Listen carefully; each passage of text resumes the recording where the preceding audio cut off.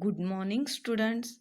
Welcome in Pandit Vishnu Digambar Paluskar Madhyamik Vidyalay Palus, Standard 10th. Today we are going to learn very humorous poem, The Twins. First, we are going to discuss warming up activity on the page number 57. Chit chat activities here. First question, two babies born at the same time are called twins. म्हणजे एकाच वेळी एका मातेच्या पोटी दोन एकसारख्या मुलांचा जन्म झाला तर त्यांना आपण ट्विन्स म्हणतो. Guess and share who are. आता खाली तीन ऑप्शन्स दिलेले आहेत आणि तुम्हाला गेस करायचं आहे. First is here triplets, then quadruplets and then quintuplets. Here first triplets. Triplets, three babies born at the same time to the same mother are called triplets. And then four babies born at the same time to the same mother are called quadruplets. And five babies born at the same time at the same mother are called quintuplets. Then next question is here. Imagine you had an identical twin or brother. Imagine and share with your classmate what pranks you two would play on your friends, elders in a family and event in a school. म्हणजे तुम्ही एकमेकांसारखे दिसणारे जुळे भाऊ बहीण आहेत अशी कल्पना करायची आहे आणि तुमच्या मित्रांच्या, कुटुंबातील, अगदी शाळेतील व्यक्तींच्या अशा कशा खोडा तुम्ही काढाल, त्यांची कशी थट्टा मस्करी उडवाल यांचं तुम्हाला वर्णन करायचं आहे. Then next activity is here. Study the following pairs or group of words. Here some pairs are in front of you also. Cup and saucer, needle and thread, birds and bees, take a risk, sip tea or coffee, hide and seek, etc. These sets of words that more than often go together and occur together, we call such sets collocation. म्हणजे काय दिले? आता हे जे शब्दगट सांगितले तुम्हाला, cup आणि saucer, needle and thread, birds and beast, हे जे संच आहेत हे विशिष्ट शब्दांच्या सोबत अगदी बरोबरीने येतात. म्हणल्यावर कप म्हणल्यावर सॉसर, सिप टी लगेच आपल्या तोंडामध्ये येतं. मग अशा गटांना किंवा संचांना कॉलकेशन म्हणायचं. Then next question is here. Insert the proper words from the brackets to form a collocation. आता खाली काही वर्ड्स दिलेले आहेत बघा. ते वर्ड्स तुम्हाला ब्रॅकेटमधले खाली त्याची पेअर शोधायची आहे. First I will read words. Offer, time, defeat, clothes, owners, necessary, role, interview, morning and cold. Here first word is here absolutely. Absolutely necessary. Correct pair is a necessary. Cannot, offered. Then formal clothes or formal dress also. Then job, interview. Then pass, time, accept, defeat, early, morning, catch, cold, leading, role and joint owners.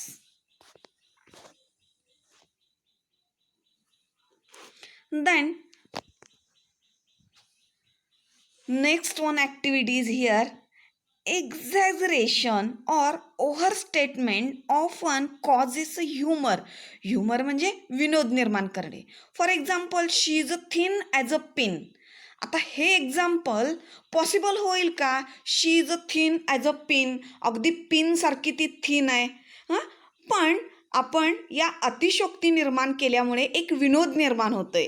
He has a pieces brain. My shoes are killing me. It is a impossible.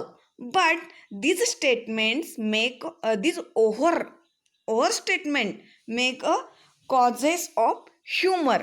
काही आपल्याला विनोद निर्माण करतात, fun निर्माण करतात, त्यासाठी असे sentence use केले जातात. When such exaggerated lines occur in poetry they are example of figure of speech hyperbole. Hyperbole म्हणजे अतिशोक्ती. जेव्हा अशा पोएममध्ये लाईन्स यूज केल्या जातात तेव्हा तिथं एक फिगर ऑफ स्पीच निर्माण होतो, हायपरबली.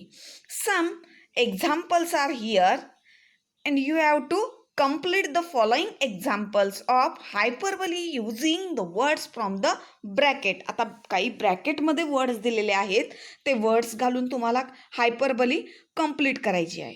We wept dot dot of tears and ocean. The hungry man ate a ton of food.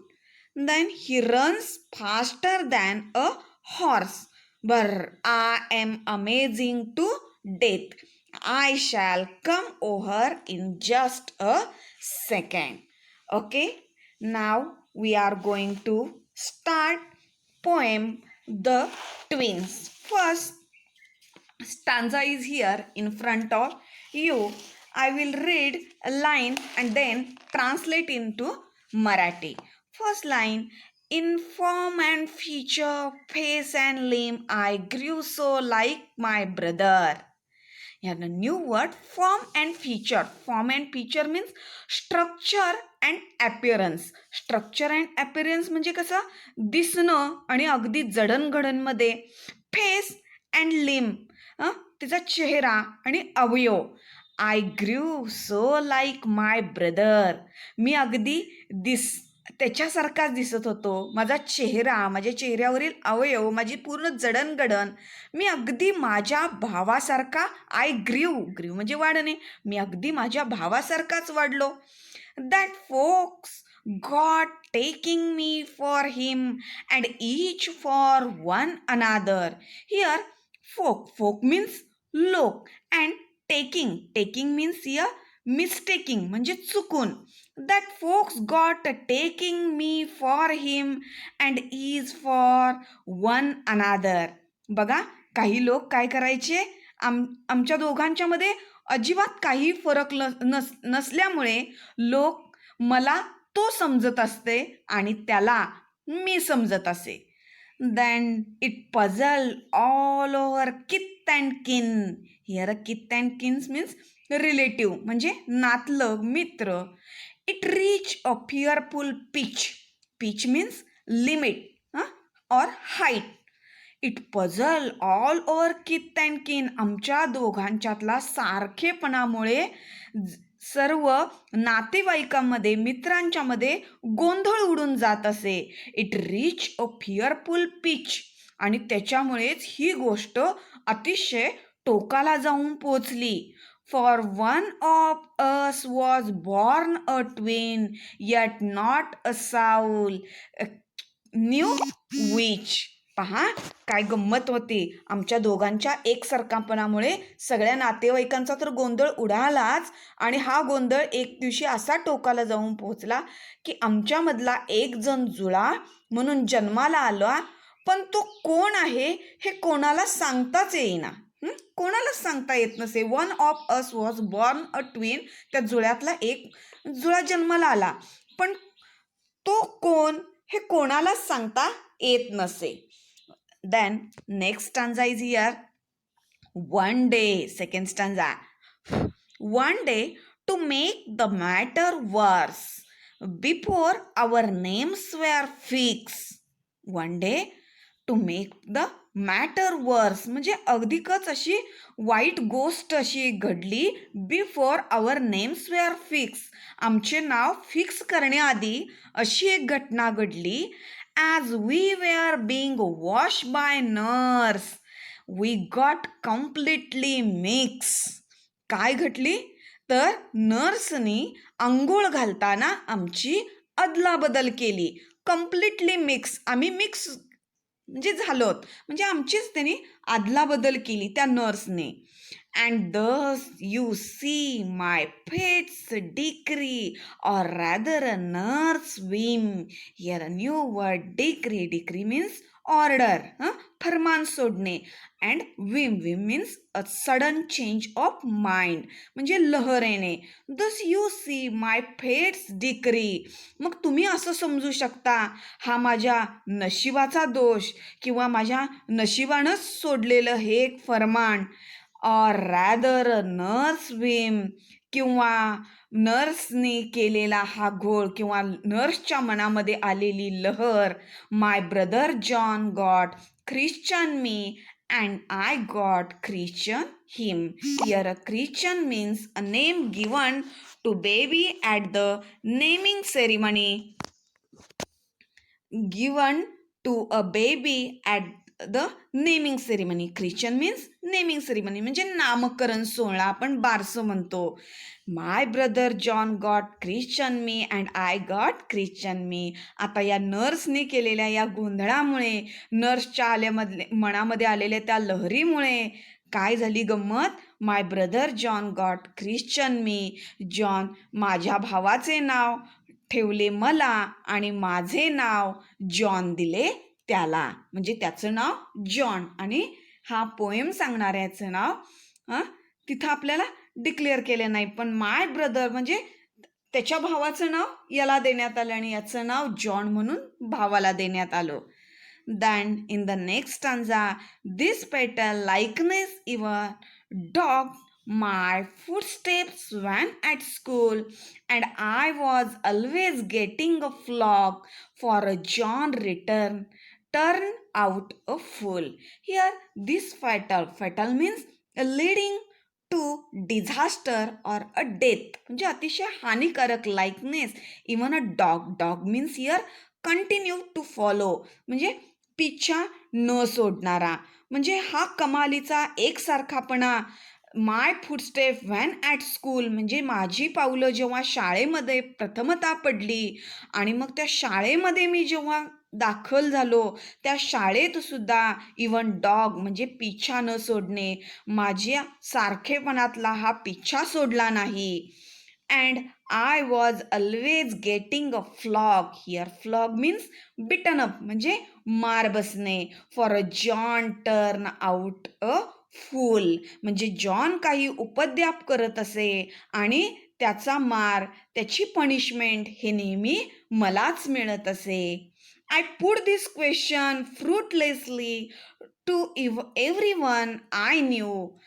Fruitlessly means निरर्थकपणे. बघा, हा प्रश्न असा एक प्रश्न म्हणजे निरर्थक आहे, तरी आपल्याला आपला पोएट किंवा त्या ट्विन्समधला एक मुलगा तुम्हाला विचारतोय, तरी मी विचारतोय म्हणतो सर्वांना, what would you do if you were me to prove that you were you. पहा, तो तुम्हाला विचारतोय, माझ्या जागी जर तुम्ही असता तर तुम्हीच आहात हे पटवून देण्यासाठी तुम्ही काय केलं असतं.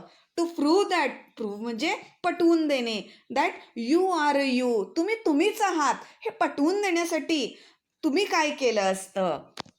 Then in the last stanza, poet says that our close resemblance turn the tide of my domestic life. Turn the tide means change the situation, म्हणजे आता परिस्थिती बदलली. रिझेम्बलन्स म्हणजे सारखेपणा. अँड माय डोमेस्टिक लाईफ, आमच्या या निकट साम्याने माझी डोमेस्टिक लाईफ म्हणजे माझं खाजगी आयुष्यात देखील सुद्धा तिथेही सगळी परिस्थिती बदलली. टर्न द टाईड म्हणजे सारखेपणाचा परिणाम त्यांच्या खाजगी आयुष्यामध्ये सुद्धा झाला. For somehow my intended bride became my brothers wife. Bride means नववधू, म्हणजे माझ्यासाठी योजलेली नववधू, होणारी नववधू. बिकेम माय ब्रदर्स वाईफ, ती माझ्या भावाची पत्नी बनली. In fact year after year the same absurd mistakes went on म्हणजे continued. and absurd means here foolish म्हणजे हास्यास्पद. in fact year after year the same foolish mistake went on, म्हणजे अशीच वर्षानुवर्षे घडत राहिल्या अशा विचित्र अशा गडबडी गमती अखेर हद्द झाली त्याची. And when I died the neighbours came and buried a brother John. पहा लास्टला काय हद्द झाली. मी जेव्हा मरण पावलो मी, पण दफन केले शेजाऱ्याने मी समजून माझ्या भावाला जॉनला. वेन आय वॉज डाईड म्हणजे मी जेव्हा मरण पावलो, द नेबर्स केम शेजारी आले, अँड ब्युरिड ब्रदर जॉन शेजाऱ्याने जॉनला दफन केले. Okay, we are going to discuss English workshop. Here, rewrite putting the mistake in the speaker's life in their proper order. आता स्पीकरच्या लाईफमध्ये बऱ्याचशा या सगळ्या मिस्टेक घडून गेलेल्या आहेत, अतिशयोक्ती असलेल्या, आणि त्या आपल्याला प्रॉपर ऑर्डरमध्ये लावायच्या आहेत. Answer is here.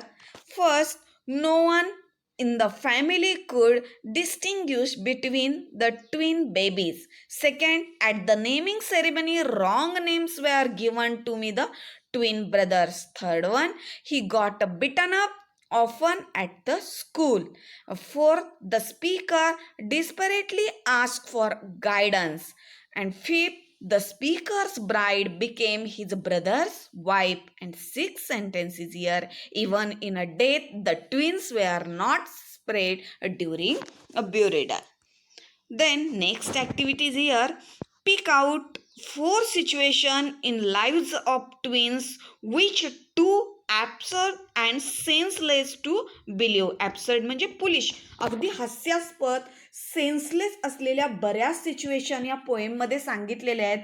आणि मग अशा तुम्हाला सिच्युएशन त्या ट्विनच्या आयुष्यातील फाइंड आउट करायचे आहेत. For example here, first, people begin mistaking one for the other.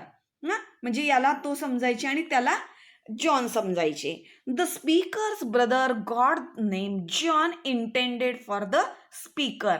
Third one, the speakers intended bride became his brother's wife. And fourth one, when the speakers died, the neighbors came and buried his brother John. Then next activity is here. Complete the web diagram. Poet uses humour too. पोएटने बऱ्याच ठिकाणी सगळा humour अगदी गमतीशीरपणे आपल्यासमोर मांडलेला आहे. For example त्याने दिलेला आहे, create a laughter, than reduce a boredom. You have to complete this web diagram. Here, make a readers happy, to have a sense of humor, then to create a good mood, and to entertain readers. Then next activity is here. Write 2 lines from the poem that you find most humorous. आता तुम्हाला या poem मधल्या वाटणाऱ्या कुठल्याही 2 lines humorous, अगदी गमतीशीर वाटणाऱ्या, हास्यास्पद वाटणाऱ्या कुठल्याही 2 लाईन्स तुम्हाला लिहायच्या आहेत. आता I think all 4 stanzas are humorous in this poem. Here, as we were being washed by nurse, we got completely mixed, and my brother John got Christian me and I got Christian him. Then next question is here. Pick out the lines that contains. आता काही figure of speech तुम्हाला find out करायचे आहेत. Figure of speech दिलेले आहेत, तुम्हाला sentence find out करायचे आहेत. Alliteration and hyperbole. Here alliteration, as we were being washed by nurse. Here letter W is pleasantly repeated. W हे लेटर तिथं रिपीट झालेलं आहे, त्यामुळे कोणता अलंकार झालेला आहे, ॲलिट्रेशन. आणि आणखीन एक सेंटेन्स सांगितलेला आहे, my brother John got christened me and I got christened him. Here hyperbole use in this statement. आपल्याला या हायपरबली यूज झालेला आहे कारण इथं अतिशयोक्ती केलेली आहे. Then next question is here. Pick out from the poem sets of words that generally go together. आता या कवितेमधून आपल्याला अशा जोड्या फाइंड आउट करायच्या आहेत. फॉर एक्झाम्पल त्याने दिलेला आहे किथ अँड किन. Then answer form and feature, turn the tide, face and limb, domestic life. Okay. And then your homework is write an appreciation of the poem with the reference to all the points mentioned on the page number 5 in your textbook. Okay, thank you.